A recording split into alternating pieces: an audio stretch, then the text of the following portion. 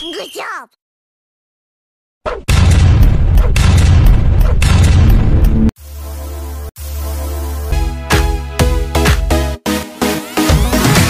Halo guys, welcome to my channel. Perkenalkan, nama aku Dinda Rosa Putri dengan NIM 1230021010818 dari Prodi S1 Kebidanan Universitas Nahdlatul Ulama Surabaya. Di part 2 kali ini, aku akan menjelaskan mengenai 5 materi mengenai suhu tubuh.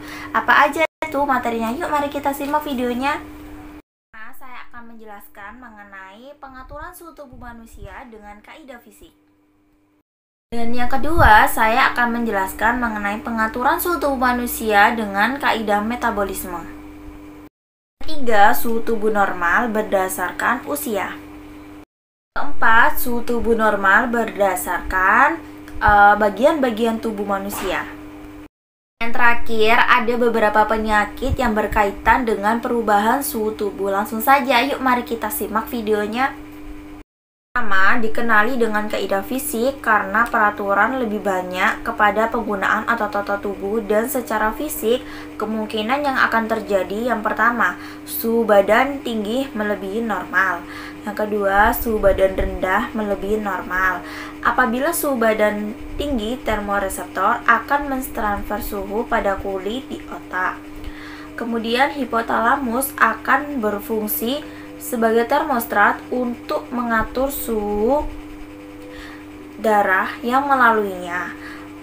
Mekanisme koreksi akan diarahkan atau dirangsang oleh hipotalamus dengan menggunakan koordinasi tubuh. Mekanisme koreksi apabila suhu badan tinggi, yang pertama, vasolidasi, yaitu pembuluh darah mengembang untuk berdekatan dengan kulit atau lingkungan luar yang memungkinkan panas dibebaskan keluar. Yang kedua, bulu kulit ditegaskan untuk mengurangi udara yang terperangkap pada kulit supaya panas mudah dibebaskan karena udara adalah konduktor panas yang baik. Bulu kulit diatur oleh otot reseptor. Yang ketiga, lebih banyak darah pada kulit. Kulit kelihatan merah karena memudahkan panas darah terbebas keluar melalui proses penyinaran. Yang keempat, berpeluh air keringat yang dirembas oleh kelenjar keringat. Mempunyai panas pendam tentu yang tinggi dapat menyerap panas yang tinggi dan terbebas ke lingkungan sekitar apabila air peluh menguap. Apabila suhu rendah, termoreseptor akan menaikkan suhu pada kulit di otak. Hipotalamus akan berfungsi sebagai termostat pengatur suhu darah yang melaluinya. Mekanisme koreksi akan diarahkan atau dirangsang oleh hipotalamus dengan koordinasi badan. Mekanisme koreksi apabila suhu badan tubuh rendah adalah yang pertama, vasokonstriksi, yaitu pembuluh darah menyempit untuk menjauhi kulit agar panas tak banyak keluar ke lingkungan sekitar. Yang kedua, bulu kulit ditegaskan agar lebih banyak udara yang terperangkap pada kulit supaya panas sukar dibebaskan karena udara adalah konduktor panas yang baik. Bulu kulit diatur oleh otot erektor. Yang ketiga, kurang darah pada kulit. Kulit kurang kelihatan kemerahan atau pucat. Kurang mengalami proses penyinaran untuk mencegah panas terbebas keluar dari lingkungan. Selanjutnya, peraturan suhu tubuh dengan kaidah metabolisme. Dikenal sebagai kaidah metabolisme karena pengaturan lebih kepada penggunaan kimia badan daripada secara fisik, walaupun terdapat pengaturan yang melibatkan otot-otot. Kawalan ini melibatkan peranan otot rangka, kelenjar adrenal, kelenjar tiroid dalam keadaan sejuk. Hipotalamus akan mengatur otot rangka untuk vasokonstruksi secara aktif. Hal ini menyebabkan seseorang menggigil dan meningkatkan suhu badan.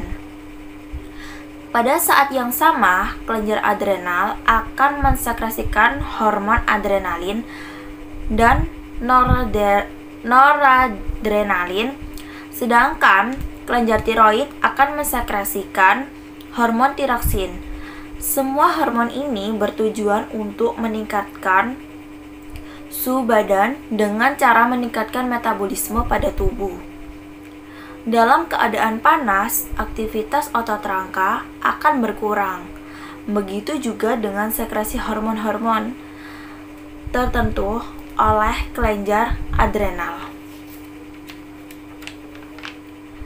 Hormon epinefrin dan norepinefrin bertindak dengan yang pertama, meningkatkan kadar detak jantung dan kadar pernafasan. Yang kedua, meningkatkan tekanan darah. Yang ketiga, meningkatkan metabolisme tubuh. Yang keempat, meningkatkan kadar gula darah dengan merangsang perubahan glikogen ke glukosa. Pengaturan kadar gula sedikit dalam darah atau glukasa di antara kemungkinan yang mungkin terjadi ialah yang pertama, kadar gula sedikit atau glukosa terlampau banyak. Yang kedua, kadar gula sedikit atau glukosa terlampau dikit. Apabila kadar glukosa terlampau banyak lebih dari jumlah normal, sel beta pada pulau Langerhans akan mensekresikan lebih banyak hormon insulin. Kadar glukosa dalam darah akan turun. Proses ini akan berlanjut hingga kadar glukosa dalam darah berada pada jumlah normal. Fungsi hormon insulin ialah 1. Merangsang pengubahan glukosa ke glikogen. Yang kedua, merangsang oksidasi glukosa untuk tujuan respirasi dalam sel. Apabila kadar glukosa terlampau rendah, kurang dari jumlah normal, sel alfa pada kelenjar pulau Langerhans akan mensekresikan lebih banyak hormon glikogen. Kadar glukosa dalam darah akan naik. Proses ini akan hingga kadar berada pada jumlah normal. Kemudian hormon glukogen ialah merangsang pengubahan glikogen ke glukosa dalam. Selanjutnya, suhu tubuh normal berdasarkan usia. Ukuran rata-rata suhu manusia berdasarkan usianya. Suhu bayi berkisar antara 36,3 derajat Celcius hingga 37,7 derajat Celcius. Suhu normal pada anak yaitu sekitar 36,1 derajat Celcius hingga 37,7 derajat Celcius. Kemudian suhu tubuh pada orang dewasa yaitu sekitar 36,5 derajat Celcius hingga 37,5 derajat Celcius. Kemudian suhu tubuh normal berdasarkan bagian tubuh. Yang pertama, suhu di anus atau rektum atau rektal, vagina atau telinga atau timpani sekitar 37,5 derajat Celcius. Suhu tubuh di mulut atau lisan sekitar 36,8 derajat Celcius. Suhu di bawah lengan atau ketiak sekitar 36,5 derajat Celcius. Berikut ini adalah beberapa penyakit yang berkaitan dengan suhu tubuh. Yang pertama ada demam. Demam bisa terjadi disebabkan karena mekanisme pengeluaran panas tidak mampu untuk mempertahankan kecepatan pengeluaran kelebihan produksi panas, sehingga mengakibatkan suhu dalam tubuh ini menjadi tidak normal. Demam merupakan mekanisme pertahanan yang penting. Peningkatan ringan suhu mencapai 39 derajat Celcius, meningkatkan sistem imun dalam tubuh. Demam juga merupakan bentuk pertarungan akibat infeksi karena virus menstimulasi interferon atau substansi yang bersifat melawan virus. Yang kedua, ada hipotermia.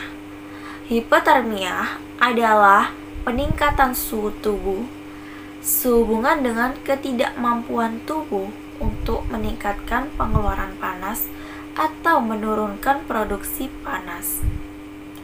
Setiap penyakit atau trauma pada hipotalamus dapat mempengaruhi mekanisme pengeluaran panas. Hipertermia atau malignan adalah kondisi bawaan di mana tidak dapat mengontrol produksi panas yang terjadi ketika orang yang rentan menggunakan obat-obatan antiseptik tertentu. Yang ketiga adalah hipotermia. Hipotermia ini adalah kebaikan dari hipertermia, merupakan pengeluaran panas akibat paparan terus-menerus terhadap dingin, mempengaruhi kemampuan tubuh untuk memproduksi panas, sehingga akan mengakibatkan hipotermia. Yang keempat, ada kelelahan akibat panas. Kelelahan akibat panas ini terjadi akibat kehilangan cairan dan elektrolit secara berlebihan, disebabkan oleh lingkungan yang terlalu panas. Tanda dan gejala kurangnya volumenya air adalah hal yang umum selama kelelahan akibat panas. Kemudian yang kelima ada heat stroke. Heat stroke lingkungan dengan suhu tinggi dapat mempengaruhi mekanisme pengeluaran panas. Kondisi ini disebut heat stroke. Penderita heat stroke juga berkeringat karena kehilangan elektrolit sangat berat dan malfungsi hipotalamus. Heat stroke dengan suhu yang lebih besar dari 40,5 derajat Celcius mengakibatkan kerusakan jaringan pada sel dari semua organ tubuh. Ya, pemaparan materi dari saya. Mohon maaf apabila ada kurang lebihnya. Thanks for watching. Dadah.